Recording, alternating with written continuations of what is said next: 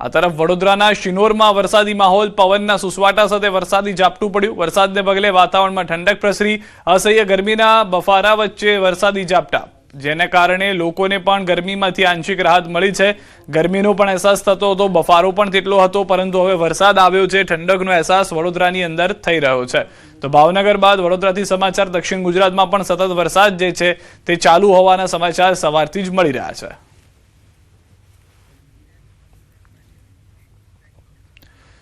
अन्य समाचार पर नजर करिए। पूर्व अग्निवीरो माटे मोटी जाहेरात छे। अग्निवीरो माटे सीएम भूपेन्द्र पटेलनो महत्वनो निर्णय। वर्ग 3 ની સીધી ભરતીમાં 20% અનામત મળશે। અગ્નિવીરોને શારીરિક કસોટીમાંથી પણ મુક્તિ અપાશે। વય મર્યાદામાં 3 વર્ષની છૂટ મળશે। પ્રથમ બેચને 5 વર્ષની છૂટ મળશે। પોલીસ, એસઆરપી, જેલ અને વન વિભાગમાં પણ લાભ મળશે। હથિયારધારી પોલીસ સબ ઇન્સ્પેક્ટર અને હથિયારધારી પોલીસ કોન્સ્ટેબલ, એસઆરપીના પ્લાટૂન કમાન્ડર તથા પોલીસ કોન્સ્ટેબલની ભરતી માટે મળશે લાભ। જેલર, ગ્રુપ 2 અને જેલ સીપીઆઈ તથા વન પર્યાવરણ વિભાગની વનરક્ષક વર્ગ 3 તેમજ વનપાલ વર્ગ 3 સંવર્ગોની સીધી ભરતીમાં પણ પૂર્વ અગ્નિવીરોને આ લાભ પ્રાપ્ત થઈ શકે છે। તો અગ્નિવીરો માટે આ મહત્વના સમાચાર કે જે યોજના આવી છે, કેન્દ્ર સરકાર કેટલાક અગ્નિવીરોને રિટેન કરે છે, એટલે કે તેઓને આર્મીમાં સામેલ કરે છે, જ્યારે અન્ય અગ્નિવીરોને તેમાંથી ટ્રેનિંગ બાદ અન્ય જગ્યાએ ખસેડવાના પ્લાનની વાત હતી, જેમાં ગુજરાતના મુખ્યમંત્રી ભૂપેન્દ્ર પટેલ તરફથી આ પહેલ કરવામાં આવી છે। એ રાજ્યની અંદર જ્યાં જ્યાં જરૂર છે તેવા વર્ગ 3ના કર્મચારીઓમાં સીધી ભરતીને લઈને અગ્નિવીરો માટે ખાસ આ યોજના લાવવામાં આવી છે। ગાંધીનગરથી સમાચાર। આઈપીએસ બેડામાં મોટા ફેરફાર। આઈએએસ અલોક કુમાર પાંડેની કામગીરી હળવી કરી। આઈએએસ પાસેના વધારાના ચાર્જ અન્યને આપ્યા। 3 મહત્વપૂર્ણ હોદ્દાઓની જવાબદારી અને અન્ય અધિકારીઓને સોંપાઈ છે। સામાન્ય વહીવટ વિભાગ દ્વારા મહત્વપૂર્ણ ઓર્ડર રાજેશ માંઝુને રાહત કમિશનરનો ચાર્જ સોંપાયો। રેવન્યુ વિભાગના એક્સ ઓફિસિયો ચાર્જ આપ્યો છે। જીએસડીએમએના મુખ્ય કાર્યકારી અધિકારીની સોંપાઈ છે જવાબદારી। યોગેશ બી નિર્ગુડને યુવા સેવા અને સાંસ્કૃતિક પ્રવૃત્તિઓના કમિશનરનો વધારાનો ચાર્જ આપવામાં આવ્યો છે।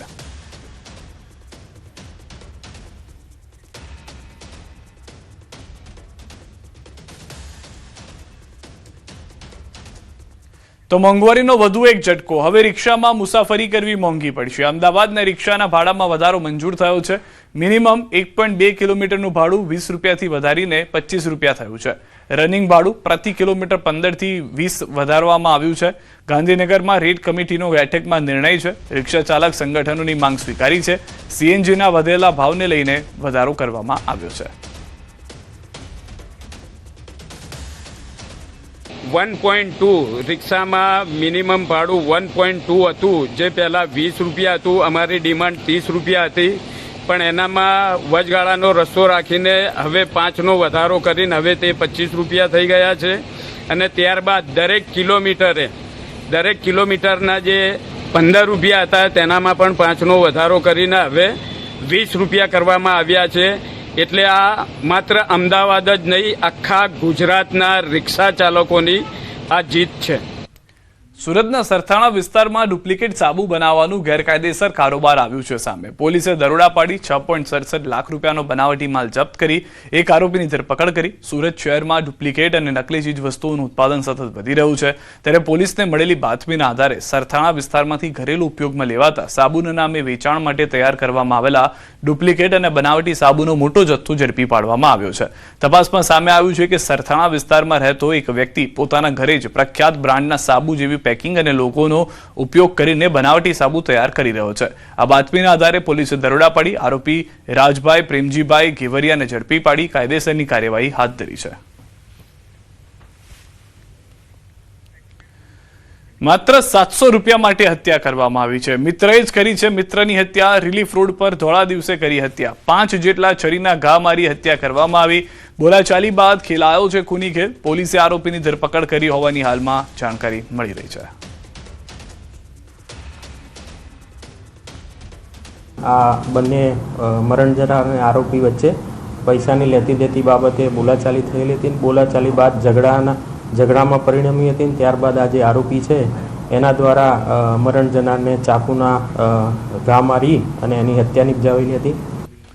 રાજકોટના ગોંડલના વોરા કોટડા રોડ પર હનુમાનધાર પાછળની એક વાડીમાંથી પરપ્રાંતીય મહિલાનો મૃતદેહ મળતા ચકચાર મચી ગઈ. ચારિત્ર્યની શંકાના આધારે પતિએ જ પોતાની પત્નીનો હત્યારો હોવાનો પ્રાથમિક તપાસમાં ખુલાસો.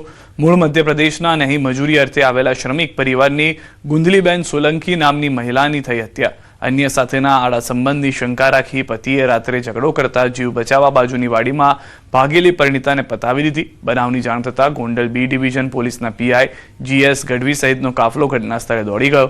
હત્યાનો ગુનો નોંધી પોલીસે ફરાર હત્યારા પતિને ઝડપી પાડવા તપાસના ચક્રો ગતિમાન કર્યા છે.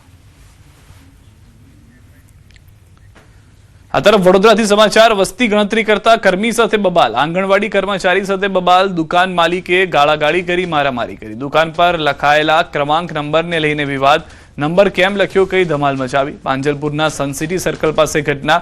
પ્રાથમિક માહિતી મુજબ આરોપી નશાની હાલતમાં હોવાનું સામે આવ્યું. બોલાચાલી બાદ મામલો મારામારી સુધી પહોંચ્યો હોવાનો આક્ષેપ છે. ઘટનાને લઈને આંગણવાડી કર્મચારી દ્વારા પોલીસમાં ફરિયાદ નોંધાઈ. માંજલપુર પોલીસ સ્ટેશનમાં ગુનો દાખલ કરી તપાસ શરૂ કરાઈ. રાષ્ટ્રીય કામગીરીમાં અવરોધ ઉભો કરવાનો ગુનો નોંધાયો. ગાંધીનગરથી સમાચાર. સ્કોલરશીપ કૌભાંડનો પર્દાફાશ. વિદ્યાર્થીઓના દસ્તાવેજનો ઉપયોગ કરી આચર્યું હતું કૌભાંડ. વર્ષ 2018-19માં વિદ્યાર્થીના દસ્તાવેજનો દુરુપયોગ. ખોટી રીતે ડિપ્લોમા કોર્સમાં ઓનલાઈન પ્રવેશ મેળવનાર ઝડપાયો.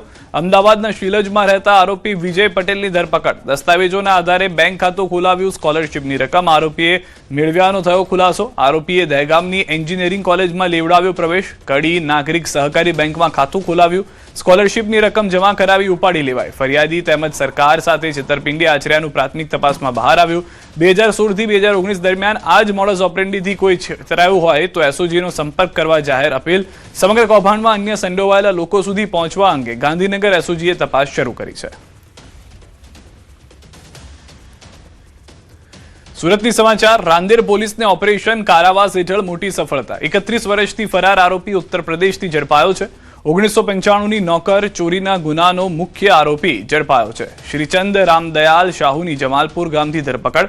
પોતાની ઓળખ છુપાવી પ્લમ્બર તરીકે કામ કરતો હતો.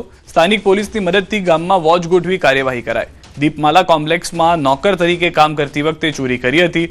સોનું અને રોકડ મળી કુલ 25,000ની ચોરી કરી હતી. પગાર સમયસર ન મળતા ગુસ્સામાં ચોરી કરી હોવાની કબૂલાત. ચોરી બાદ સુરત છોડીને સીધો ઉત્તર પ્રદેશ ભાગી ગયો હતો. થોડા દિવસ પહેલા અખબારમાં છપાયેલી નામ બદલવાની જાહેરાતે અમદાવાદના વેજલપુરમાં સ્થાનિકોને ચિંતામાં મૂક્યા છે. વેજલપુરમાં રહેતા સાજિદ એઝાઝ નામના યુવકે પોતાનું નામ બદલીને સ્વપ્નિલ પોદ્દાર રાખવા જાહેરાત આપી હતી, જેમાં સરનામું પણ વેજલપુરની એક સોસાયટીનું હતું, જેને લઈને સ્થાનિકો ચિંતામાં મુકાયા છે. વેજલપુરમાં અશાંત ધારો લાગુ હોવાથી સ્થાનિક લોકોએ આ નામ બદલવાની પ્રક્રિયાને પ્રોપર્ટી ખરીદવાની મોડસ ઓપરેન્ડી ગણાવી હતી. ઘટનાની ગંભીરતાને લઈને સ્થાનિક ધારાસભ્ય અમિત ઠાકરે પણ કલેક્ટર સમક્ષ રજૂઆત કરી છે અને તંત્રને પૂરતી કાળજી રાખવા જણાવ્યું છે. મહત્વનું છે કે સાજિદ એઝાઝ નામનો આ યુવક અંદમાન નિકોબારમાં રહેતો હોવાનું ખુલ્યું છે. અંદમાન નિકોબારમાં હિન્દુ યુવતી સાથે પ્રેમ પરિચયમાં પણ આવ્યો હતો. જોકે યુવતીને પરિવારની મંજૂરી ન મળતા યુવતી પરત ફરી હતી. અખબારમાં જાહેરાત બાદ સમગ્ર મામલો પ્રકાશમાં આવ્યો. હાલ નામ બદલવાની ઘટનાને લઈને અનેક ચર્ચાઓમાં જોડાઈ રહી છે, પરંતુ સ્થાનિકો હિન્દુ વિસ્તારમાં પ્રોપર્ટી મેળવવાની મોડસ ઓપરેન્ડી ગણાવી રહ્યા છે. ત્યારે હાલ તો સમગ્ર ઘટનાને ધારાસભ્ય અને તંત્ર દ્વારા ગંભીરતાથી લેવાઈ રહી છે. કોઈ ધર્મ બદલીને હિન્દુ બને વાંધો નથી, પણ હિન્દુ બની અને ત્યાં મિલકત વસાવે, કાલ સવારે શું થાય કોને ખબર.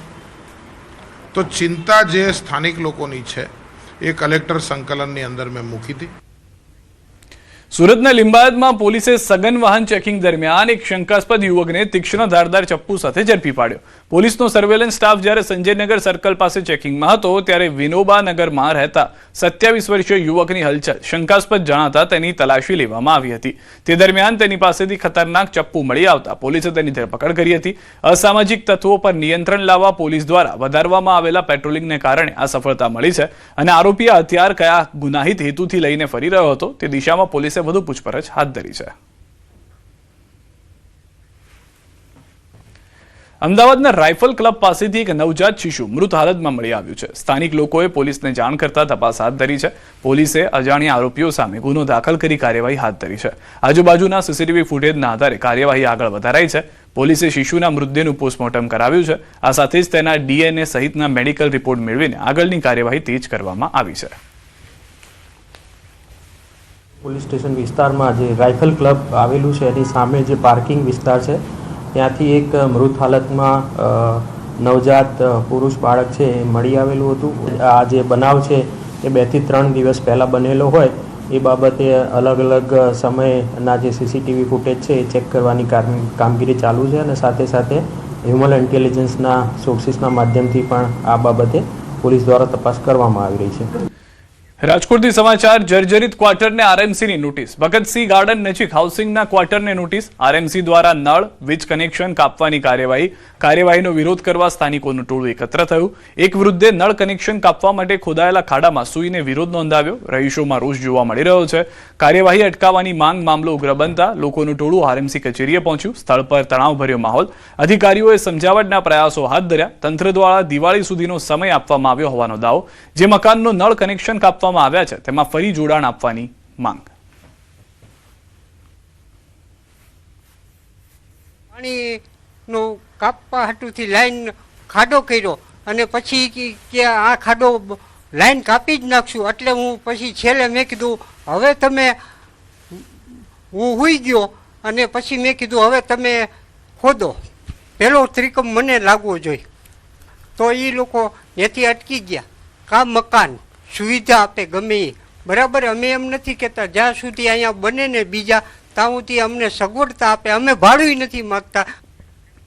રાજકોટથી સમાચાર. નળ કનેક્શન કાપવા પર રોકના આદેશ. મેયર નિહલ શુક્લએ તુરંત કામગીરી અટકાવી. નળ કનેક્શન કાપવા સહિતની કામગીરી અટકાવવા આદેશ. ચોમાસાના કારણે હાલમાં મકાનો નહીં તોડવામાં આવે. લોકોએ મકાન જર્જરિત નથી તેવી ખાતરી અને એફિડેવિટ આપવું પડશે. દિવાળી સુધી સ્થાનિક લોકોએ સમય માંગ્યો. સ્થાનિકોની રજૂઆતના પગલે તુરંત કામગીરીનું નિરીક્ષણ. એટલે તુરંત ત્યારે કાર્યવાહી અટકાવવાનો આદેશ આપ્યો છે અને માહિતી લઈ અને અત્યારે બધા રહેવાસીઓ આવ્યા એના આધારે માહિતી પણ અમને મળી છે.